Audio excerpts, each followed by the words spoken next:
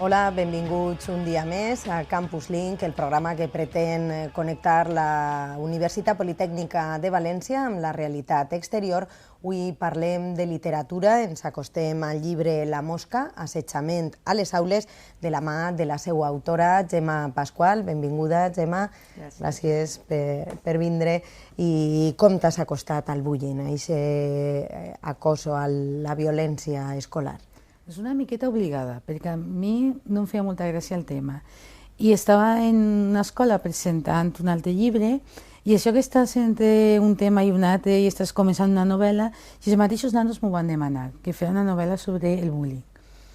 I a mi em costava, perquè tenim el cas de Joaquín, que era molt recent aleshores, i jo sempre pensava, dic, sí, com a mare, si jo soc la mare de Joaquín, els nanos que li han fet això a Joaquín, vols que li caiga tot el pes de la llei. Però si és la mare dels nanos, dius, els meus fills no han mort a ningú, sinó que només l'assetjaven, no ho sé. Ho trobava molt difícil i no volia patir.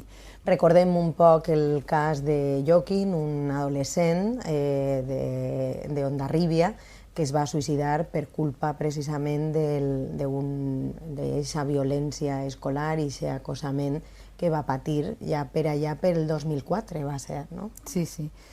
I aleshores al demanar-me us vaig dir als nanos que m'ajudaren, perquè volia mirar una mirada des de dins, no? Perquè a mi no m'agraden les etiquetes i tampoc soc psicòloga ni treball en el món de l'ensenyament. I de mica en mica va anar deixant la novel·la. La veritat és que va ser una experiència molt agradable, perquè treballar amb nanos m'ha agradat molt, i sobretot fer la novel·la des d'un punt de vista diferent, que és des de dins, no des de mare, ni psicòloga, ni ensenyant, no? Des de... més o menys la història és d'una nana que passa de... D'Isoda, no? La Isona, que passa de ser assetjada a ser ella assetjadora. Vull dir, és una mica... Un doble rol i un doble paper. De quina manera te van ajudar aquests alumnes d'aquell col·legi que pense que els agraïsses també a l'inici de la novel·la la seva ajuda, no? Sí, són alumnes de l'escola de Màcia, bueno, ara ja estan, suposo que sí, a la universitat. Em van fer escrits de què pensaven que era l'assetjament escolar, de casos que coneixien. Fins i tot hi havia una nena que tenia família en Hondarribia i coneixia el cas de Joaquín i em va enviar també escrits.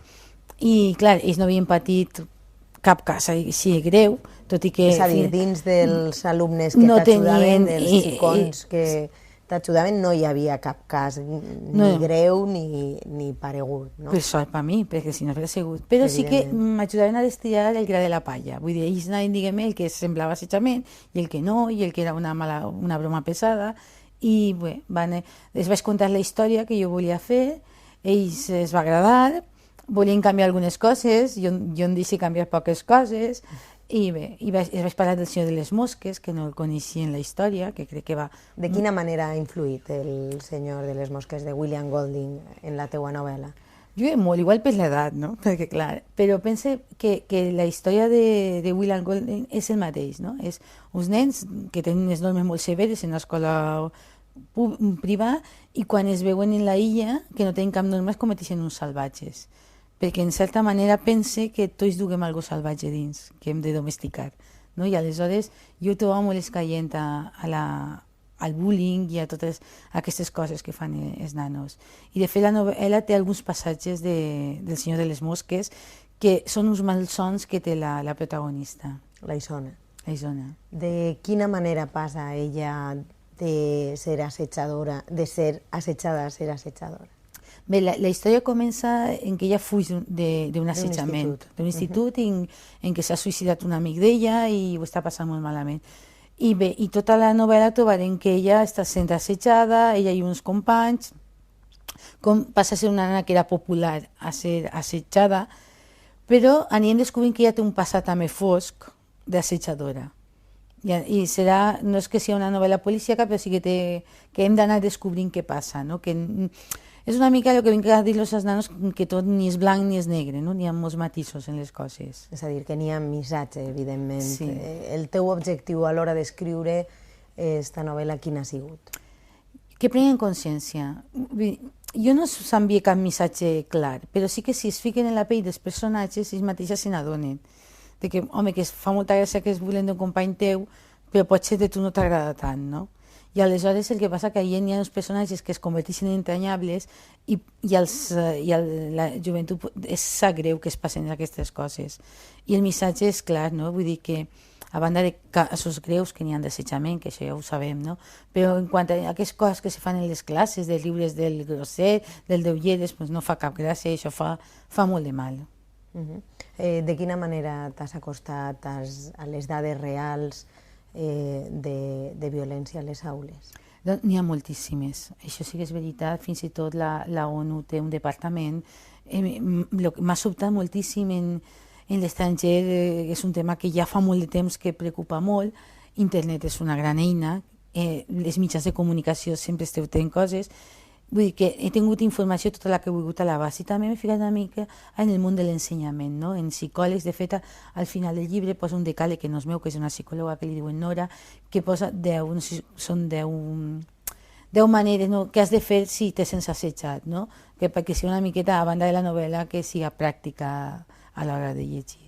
Quin és el perfil de l'assetjador en general i de l'Isona també, en particular en la novel·la? Bé, els perfils n'hi ha distints perfils, no? Perquè te trobes des d'alumnes de famílies desestructurades, que clar que necessiten un protagonisme en classe, i això sol ser el perfil de l'assetjador.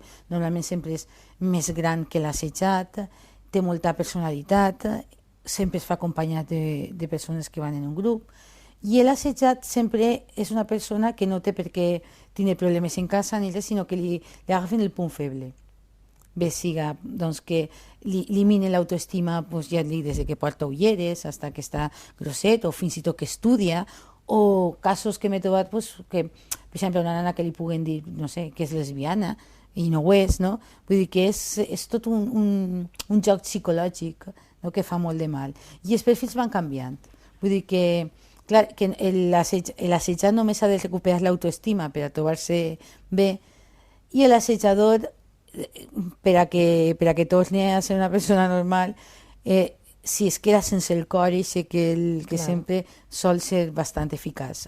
N'hi ha casos molt greus, però parlem del que solen trobar-se a les aules, perquè abans tu i jo parlem de les xifres, que estem parlant d'uns 50 i pico, però clar, ahir no s'espantem. Ahir n'hi ha molts casos, no? Des de la típica broma pesada fins a casos greus. I els casos greus no són tants, vull dir, són, no sé, un cas com Joaquín, ja, aquí al País Valencià hem tingut casos al sud de nanes que s'han suïcidat greus, però bé, són pocs, vull dir, tampoc és qüestió de passar, quan se fiquem, doncs trobem més casos, però no és tan greu com sembla, sí que s'ha d'educar, clar. Ha existit sempre aquest assetjament, aquestes bromes pesades, aquesta pressió, però pot ser ara també amb els mitjans tecnològics. Has parlat un poc d'internet o tenim els casos d'eixes baralles que es graven amb els mòbils. Passem un punt més en aquestes noves tecnologies? Sí, utilitzem tot el que està a l'abast per a fer mal. I aleshores, clar, estem parlant de nanos i són una mica inconscients, perquè en el moment que graves i ho penges, estàs reconeixent la culpa. Però clar, és molt cruel. És molt cruel. Pense que també fa falta una miqueta de control. No m'entengues malament, jo no estic parlant, però control per part dels adults.